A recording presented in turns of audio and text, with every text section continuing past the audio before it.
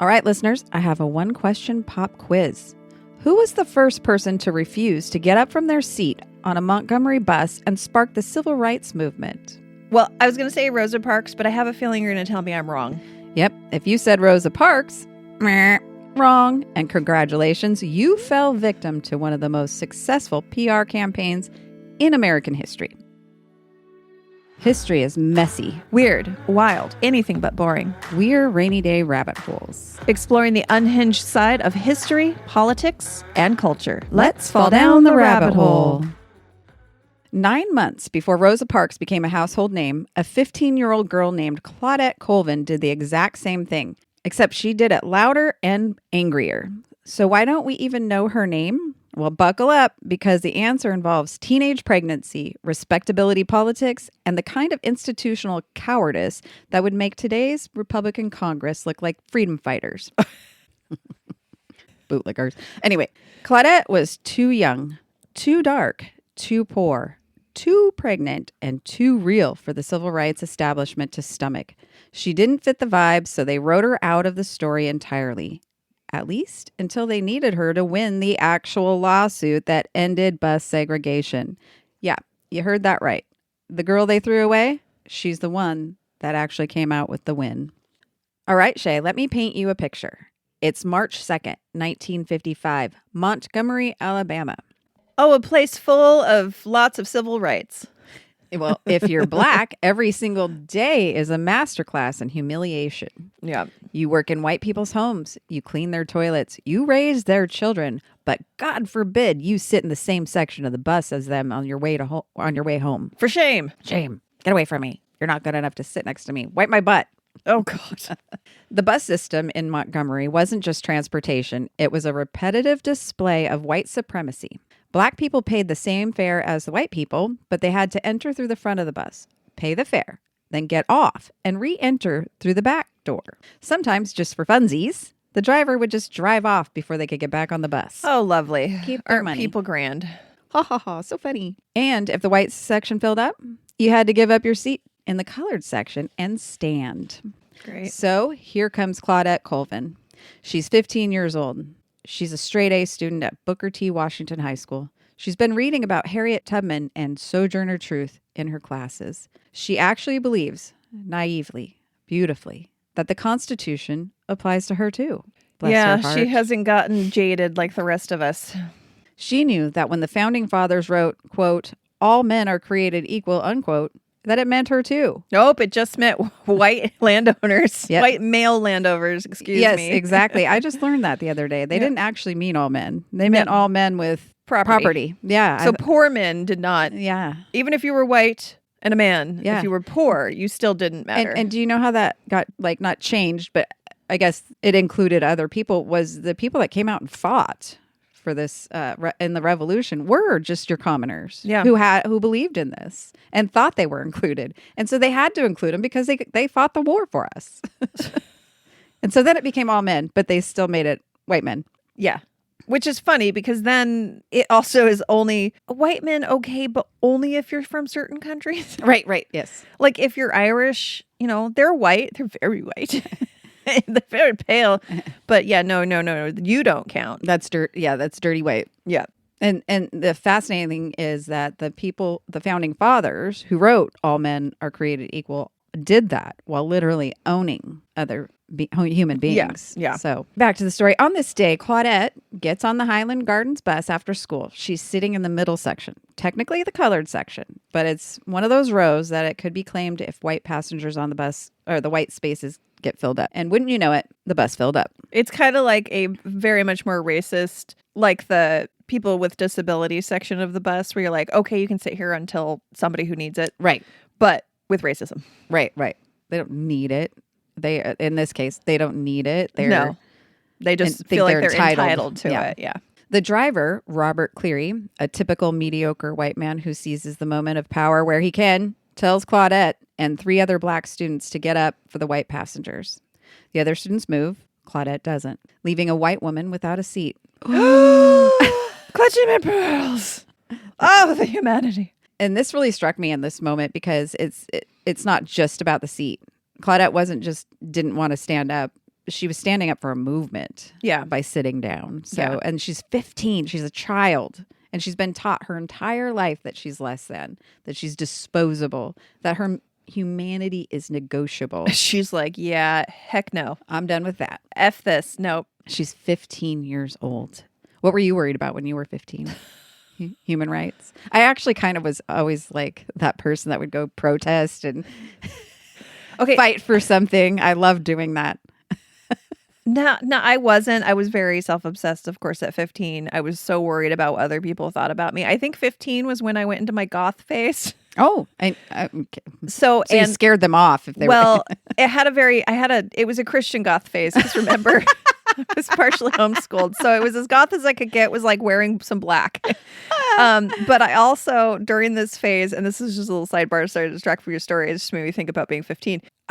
Through the church, I met this girl, and I can't remember her name, but she had these group of friends who were really into this game called Vampire the Masquerade. It's a role-playing game, but it comes with all of these beautiful books, and I was really into like the Anne Rice books at the time, and vampires. It was because those are very sexual and romantic, and I'm like, they're super horny, and I'm 15 years old, and so I was obsessed. I wanted to hide those books? Like, yes. Oh, absolutely. I wanted to be a vampire so bad. Oh my gosh, that's so hilarious. This is my goth. I wanted to be a vampire.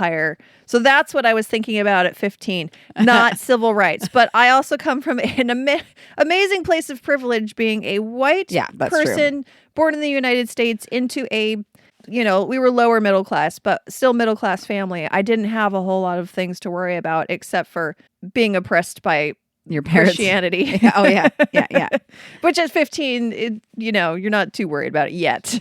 That's true. Most 15-year-olds aren't ready to stand up for a social justice movement. But I also hadn't been treated like she had. Absolutely. Her whole life. Or even the opportunity to see people treated like that. When you're homeschooled and then your circles are privileged and ish, and you don't even experience what or know that somebody is experiencing that. Of course, it's a different era. You weren't around back then, but the 80s and 90s for me, and but there's still people that were experiencing injustices for no good reason. I was not exposed to it. Exactly. So then you had to worry about being goth and a vampire.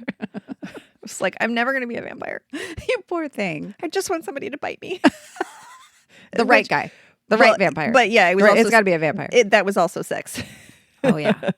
Oh, yeah. Because the act of being bit by a vampire is supposed to be orgasmic. So I was like, I want that. I don't know what it is, but I want it. Sounds amazing. I know. Let's go for that. Anne Rice did a real good job. Oh, yeah, she did.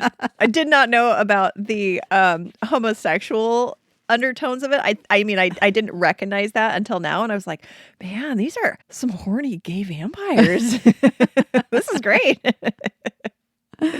I didn't read her books, but I did see the movie. Oh, well, even in the movie, like Tom Cruise and Brad Pitt's I was stuck on the fact that there was a little girl in this. She was so good in that movie. Yeah. Oh my God, that was such a She was really good character. in it. It just was not.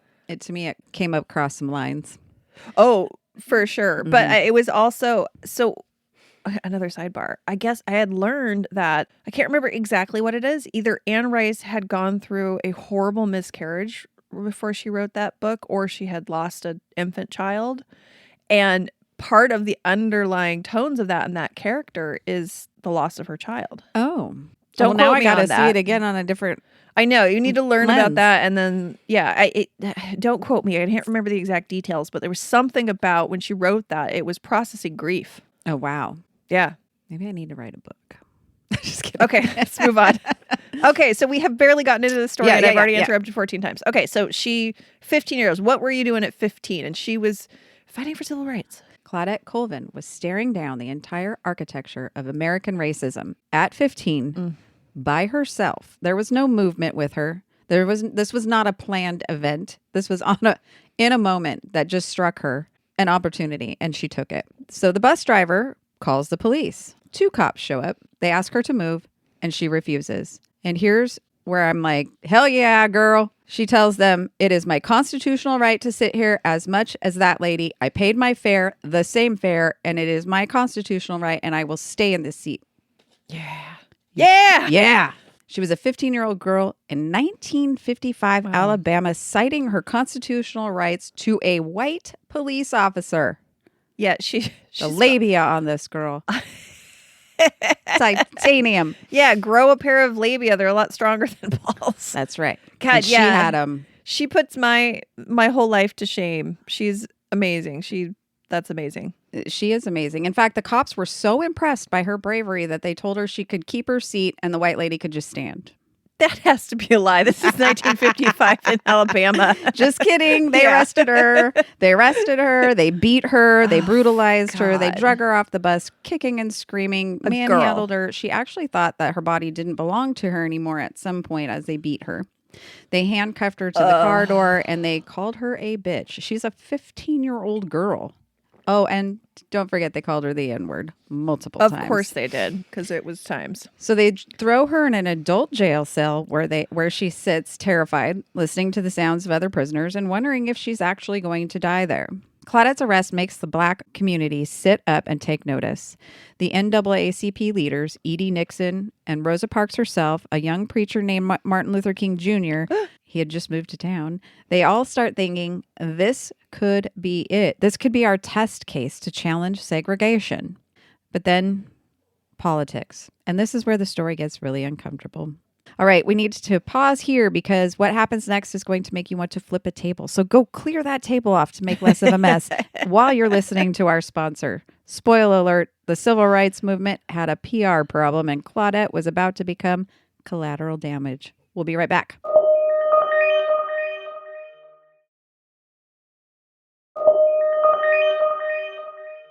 Welcome back to Rainy Day Rabbit Holes, where we're learning that the civil rights movement had the same problem as every other progressive movement in history. They cared more about optics than justice.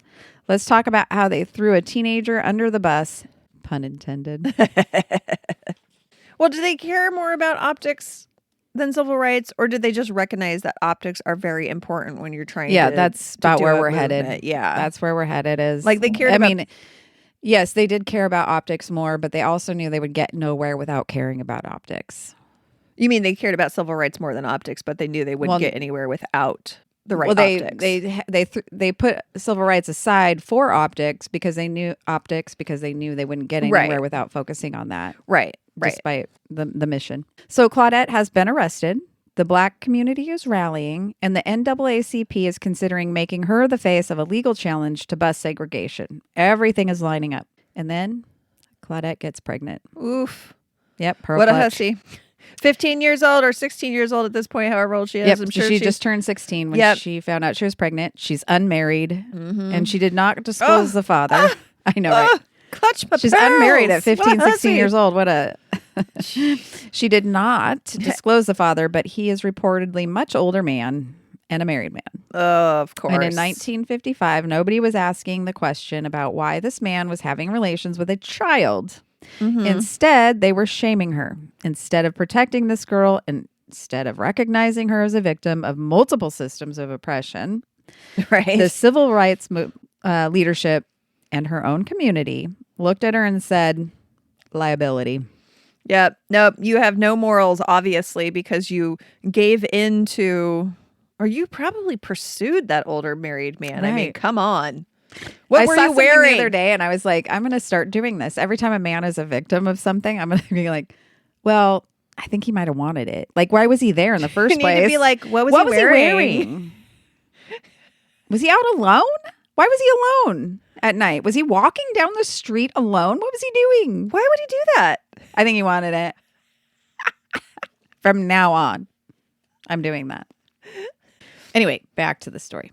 But this is for good reason that they saw her as a liability, like we were just saying, because white moderates would see her as unsavory. And they were the opportunity. The white moderates were the folks who could be swayed. They were the ones who weren't on the side of oppression and segregation, but they also weren't quite jumping in on the movement, right? They weren't leading the movement. Right. So you needed to bring them along in the movement. Yeah, it's like the independent voters today. Yes, exactly. Where you're like, they're not quite sure. They're like, we don't like this Trump guy, but I don't know. These Democrats are just out feckless there. Yeah. and useless and spineless. So our options are pretty low. Yeah, exactly. So you have to present them with somebody that they're like, oh, I can get behind that Yeah. guy. That guy. Yeah, right. Exactly.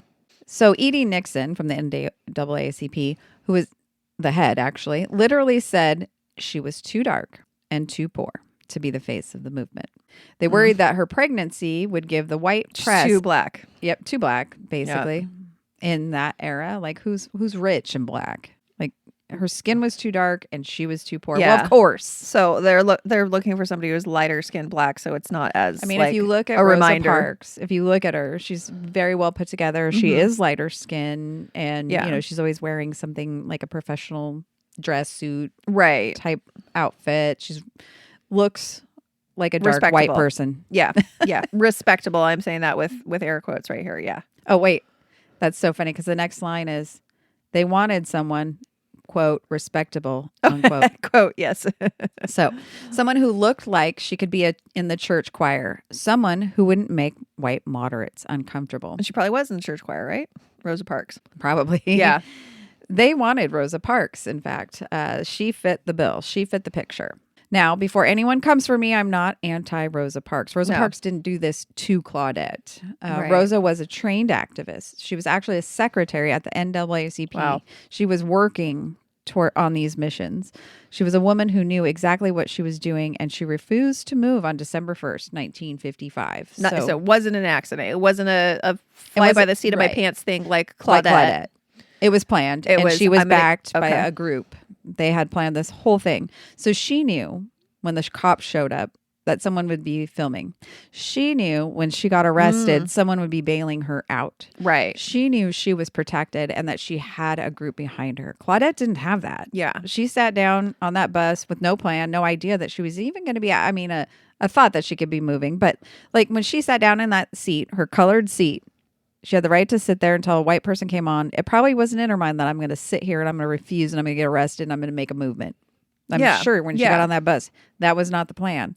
And it was for Rosa. She sat there on purpose. Well, I'm just thinking, okay, so they're like, all right, so Claudette, we've seen what she did. I think this is a great idea. Rosa Parks, we want you to do it. I wonder how many times she rode that bus and nobody asked her to move when she was like, I'm ready. I'm ready. And then she just gets to her destination and she gets off. Dang it, not enough white people today. Damn it. I gotta figure out when there's more white people on the bus. Every other day I have to move, but the days I need this mission to happen, no one shows up. And they're like, all right, Rosa, if it doesn't happen today, we're doing something else. Hours. She spends an entire day on a bus. That's hilarious. She just gets on the bus and off the bus and on the bus and off the bus. And they're like, we have spent at least $25 on bus fares today, which was a lot of money back in the 1950s. Yeah, because I think it was like 10 cents. Right. You're like, I've ridden the bus for 7 solid hours today. I'm done. Like, are you going to ask me to move or not? She's like, do I need to sit in the white section? No, that's not, I have to sit in the colored. Okay. All right. I'm going to sit at the front of the colored section. All right. I'm going to sit at the edge. I never thought about that. How long did it take for this mission to happen? Because we were always taught that it was just some random spontaneous movement. Yeah, no, it's not. Well, maybe totally it happened for like a week where she's just like, all right, I got to go just sit on the bus today. There's that lady sitting on the bus again. I wonder the bus driver's like, are you ever going to get off? This fare, you're going to have to pay another fare. You've been on all day. She's like, I just really love riding the bus. I'm touring the city. Yes. So Rosa Parks was very strategic. She was brave, and she deserves recognition that she received. Just not all of it. She did not come up with the idea, and she was not the first to take the stand. It was still brave, and she knew what was coming, and she still refused to move. Yeah, she knew she would probably get beaten. Yeah. Although I think having cameras there may have helped her a little bit in that. But so a new term I learned researching this story is respectability politics. It's the idea that oppressed people have to be perfect to deserve justice, that you have to dress right, talk right, have the right background and the right story, that if you're messy or complicated, or God forbid you make mistakes, then you're not worthy of being defended. You have to be somebody that's worthy of sympathy. Yes, exactly. And like an orphan child. It's still here today. And we see this constantly. Every time a black person is killed by police, what's the first thing the media does? They dig through their past. Did they have a criminal record? Do they smoke weed? Oh my God. Think George Floyd. He was a criminal. He was on fentanyl. Okay. But nothing he did deserved So he should be murdered? in the street. Like none of that was punishable by death. Coming in with a fake $20 bill is not punishable by death in the street of Minnesota. In the 2020s, maybe in 1820, you could kill somebody for That's just that not sort of thing. Okay, but and we should not be okay with that. Whether he's a criminal or not. Yeah, he had an entire he abused women apparently. Like reading through his history, he had a lot of bad behavior. Okay, so he might have been a shitty person, but does that deserve him of death? No. Like I can think of a lot of things that people in this freaking American cabinet, administration absolutely. that have done that are absolutely just as bad, but they have money and power. I would be less infuriated had any of them had a knee on their neck right now. I can think of if any of them were saying I can't breathe, top people I'm right okay now. with it. 3 people that are at the top of my list, and none of them are black, and none of them are drug. Well, I don't know if they're drug addicts. I can't claim that. One of them is definitely an alcoholic, and one of them is Voldemort. Yes, exactly. And one of them might be addicted to spray tanner. Maybe you get a little bit high by it. One of them. I saw a video. Like apparently Trump has revealed what he uses on his face, and it's actually like a color corrector for like. He just puts it all over his face. He puts it all over his face, and so this makeup person was making fun of going through a whole tutorial about why this is bad and what he should really use, and I was dying laughing. He's such a freak, and he insists on doing it himself. Apparently, that's why there's like this line around his face. He needs because no professional's doing it, but he only likes the way he does it. He needs to learn about contouring. Yes, that was the whole video. He could have like the Kardashians makeup artist come in and like he would have like these amazing cheekbones. If and they were oh my God, he would look 24. He a little highlighter under the eyes. Yeah, that's the whole point. Was all these tools. Now, if you use this contouring brush, and if you don't, this is just meant for a little spot, and you're putting it all over your face. He's such a moron. Okay, back to the story. Somebody should get him that, the green color corrector. It's supposed to like help with redness. Oh yeah, somebody should tell him that they were showing was all better. These different just put it all over his face. Yeah, and just have be green. Next, looks like an alien. He's ill. Or he looks like an Oompa Loompa right now, but God, he's hideous. I'm like, no. Okay, I'm stopping with the tangents. Okay, yeah. Back to the story. We were talking. Where were we? Oh, we were talking about George Floyd and having his rights violated, whether he's a model citizen or not. The Constitution still applies to him because he is a human being and does not deserve to be murdered in the street. Claudette Colvin was the original victim of this respectability politics, although I don't know that she was. Original victim? That might be a big claim. Anyway, she was a victim of respectability politics. She dared to be real, flawed, complicated human being. She didn't set out on a mission. She just knew being asked to move from her seat was wrong, and she was going to say no. She was alone and uncertain of what would happen to her, but certain she had a right to take this stand. And the movement said, sorry, we need somebody cleaner, somebody more respectable. Right. She was the brave one. But here's the thing that absolutely brings out my feral side. Even though they didn't make her the face of the boycott, they then called her back when they needed her to win the case. Of course. Because things weren't going their way. When it came time to actually challenge bus segregation in court, Rosa Parks' case was stuck in state court hell. They submitted her case to Alabama. Okay. And they tied it up. Alabama just kept tying it up. Oh, just extending the court dates and this, and there's a technicality and a delays, blah, blah, blah. And it was going nowhere on purpose. So the NAACP decided they needed to file a federal case. Okay. But Rosa Parks couldn't be because it was still in litigation. Because she was still in the middle of litigation. She would have needed to wait for that litigation to end, and if or she drop lost it, which I guess you couldn't do. Yeah. Okay. Well, they chose not to do. So the NAACP files a federal case called Browder versus Gayle, and they needed a very who's Browder and Gayle? Browder versus Gayle. I'm not sure who those people are. I know. Actually. I never know, like when the cases are like these two random names that have nothing to do with the people that you know about. I'm like, okay. All the time. Roe v. Wade. Who's Wade? Yeah. Who's Roe? I don't know. Is that the prosecutor? I mean, is that like, I don't know. I should learn more about these things, but I don't. No. Those names, we just name the case and go on. Like, what was it named after? I don't know. Brown versus the Board of Education. Who's the Board of Education? But who was the main plaintiff? Claudette Colvin. Oh. Because Rosa couldn't be part of that case, they needed as much testimony to the negative impacts of segregation as possible.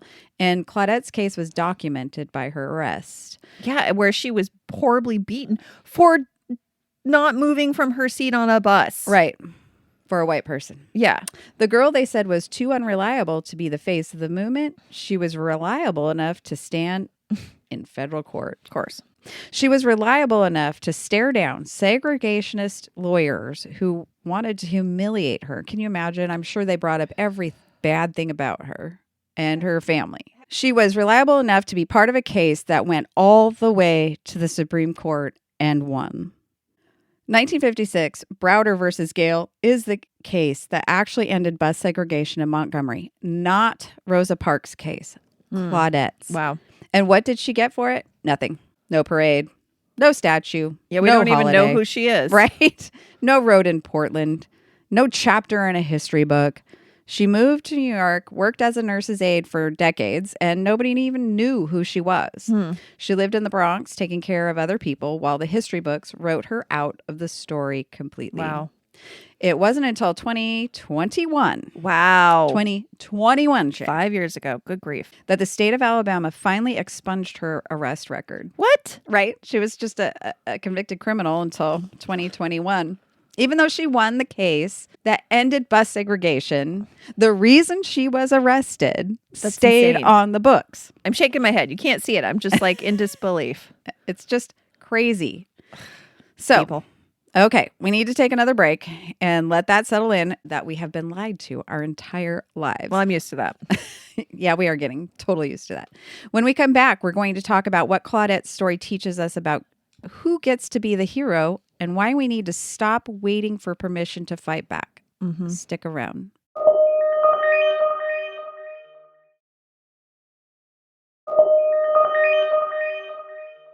All right, we're back, and I'm still mad. Sames. Let's bring this story home. So what do we do with Claudette Colvin's story? What's the point of digging up this painful, infuriating piece of history? Here's what I think. Claudette teaches us that the perfect victim is a myth designed to keep us compliant. Here are some recent ones. Renee Good. Right. Didn't have custody of her older children. Who cares? Does that make her someone who we should shoot in the face? No. Or we could look at the Epstein victims. Now that certain people wanted to go away, some of these victims... don't forget, Renee Good, lesbian now. Oh, yeah. Was married to a man, now married to a woman. So obviously, moral Right. issues. They investigated her wife and not the idiot that killed her. The guy who called her an effing bitch after he shot her. Yeah. No, we don't after he murdered her. investigate that. We're going to find everything that's wrong with Renee Good so that officer can remain on the up and up. Yeah. She deserved it. Yeah, she deserved to be shot in the face. Yep. Or we look at the Epstein victims now that certain people want it to go away. Some of these victims just kept going back. Are they really victims? They must have been consenting. Consenting children, sure. Yeah. Or look at the families. These are not credible witnesses. We can't, every time we hear a Kash Patel or Pam Bondi, well, we've investigated every credible lead. Credible? Right. Because these victims, their testimony is not credible because maybe their families aren't rich or maybe they're not perfect. So they're not credible. Yeah, don't look too hard at my past. Right? Say I'm not credible either. Who could be a true victim with the standards that respectability even politics my or our society? sweet dog who is perfect. He is actually eats rabbit poop. Yeah, right. So he's not credible either. And sometimes he attacks the cat. He did try to he licked my mouth inside. It's not credible. He loves rabbit poop. It's really gross. Well, keep it out of my mouth. It's just like it's like milk duds. This is true. I like milk duds. He likes milk duds too. It's just they come from a rabbit's butt. All right. So if you are not a perfect, shiny victim, then you must share some of the blame. And therefore, it's downgraded or ignored completely. Victims of abuse or crime often do not report. Who wants their flaws laid out to see if you deserve justice or not? Yeah. And that's what happens. People seriously have to weigh this. We are now 75 years post Claudette Colvin, and we still weigh whether or not we are worthy of justice before we report crimes. It's ridiculous. The system, whether it's Jim Crow Alabama or Trump's America or anywhere in between, wants you to believe that you have to earn your humanity. Yeah. That you have to be respectable, polite, non-threatening. That if you're too loud, too angry, or too complicated, or too real, then you don't deserve any justice. Or too brown. Yeah. Claudette didn't wait for permission. She didn't have the right background. She didn't have a PR team. She didn't have a mission behind her. She was just a 15-year-old girl who knew she deserved better, and she acted on it. And that movement failed her. The people who should have protected her threw her away because she didn't fit the narrative. But she still showed up. She still testified. She still won. She did what was right for the right reasons. And for many people, this was not just for her. She wasn't sticking up for herself. So when someone tells you, wait your turn, or be more civil, or work within the system, or wait till November and vote, remember Claudette. Remember that she was told she wasn't good enough. And she fought anyway. Remember that the system didn't fight for her. She fought for herself. And in doing so, she fought and won for a lot of other people too. Yeah. That's the energy we need right now. Yeah, we do. Because let me tell you, the current game makers running this country don't care if you're polite. Oh, they just don't care about you. They don't care if you follow the rules. No. They don't. They're banning books. They're stripping reproductive rights. They're demonizing trans kids and putting immigrants, including children, in camps, even if they're following all the rules, even if they're quiet and calm and not yelling and angry. They're taking away their crayons. They're disappearing people, killing American citizens, and they're doing it while smiling and waving an American flag and holding a Bible. And a $29.99 Trump hat. Yeah. From China. China. And that's just what they're doing in this country. I haven't even included what they're doing around the world to our enemies and our allies alike. Claudette Colvin just recently passed away in January at the age of 86. January of this year? 2026. Yeah. Oh, God. And did you see that in the news? No. Did they highlight it? Did we see a special? Well, unfortunately, our news is completely inundated by all the terrible things that this administration is doing. That's true. So it's There's kind of no hard room. to see anything else except for that 5 Minute Friday that I brought, which you guys have to listen to. That'll be your palate cleanser. Yeah, exactly. Need a laugh. It'll be Need your a race. A moment of freedom. Need an enema. Yeah. A cleansing enema. So you can be ready for More shit. for inserting more shit in there. Oh, God. I gotta beep. I mean, there's so many. You got to check it out because there's so many innuendos in what she just said. Hints. There's hints. So here's my challenge to myself and you, Shay. Me. And to everyone listening. And Ruff. Stop waiting to be the perfect activist. Stop waiting for the movement to give you permission. Stop waiting for the system to recognize your humanity. When you see something that deserves fighting for, sit down or stand up. Dig in. Make them drag you off. And if they try to erase you, make so much noise they can't. Yeah. That's our rabbit hole for today. Yep. Claudette Colvin, the girl they erased, the woman who won, and the hero we should have been teaching our kids about all along. Absolutely. Great story. Wow. Yeah, I'm just sad I didn't know this. Well, I'm also How sad. long? This sounds terrible. I'm sad she died now and didn't die 2 years ago because she had to see what's happening to this country before she died. Yeah, If she had died during Biden's term, maybe she could have died with a little bit more peace. But I have, if she was aware of what was going on when she passed away, then she was like, well, this is terrible. This is not what I fought this for. This is more 1955 Yeah. Alabama. Yeah. That's what we're looking at. Oh, man. That was a good story. I feel educated. Thank you. You're welcome. I feel educated too. I feel enlightened. Like, oh my gosh, how did I not ever know this story? That's crazy. That's crazy. That was awesome. Thank you so much. Thank you. All right, guys, stay curious and we'll see you next time. You've been listening to Rainy Day Rabbit Holes. We thought maybe you had forgotten. How could you forget? We are your hosts, Shay. And Jody. And you can find all things on our website, rainydayrabbitholes.com, like sources, notes, pictures, links, whatnot. That beautiful website is designed and managed by the amazing and talented Letha Davis at easybreezy.com. That's easy breezy. EASYBRZY.com. All episodes are edited and produced by me, Shay, and you can reach out with any questions or comments at shay@rainydayrabbitholes.com. That's SHEA. Thanks for listening. Please share the podcast with your friends and family and stay curious. See you down the rabbit hole.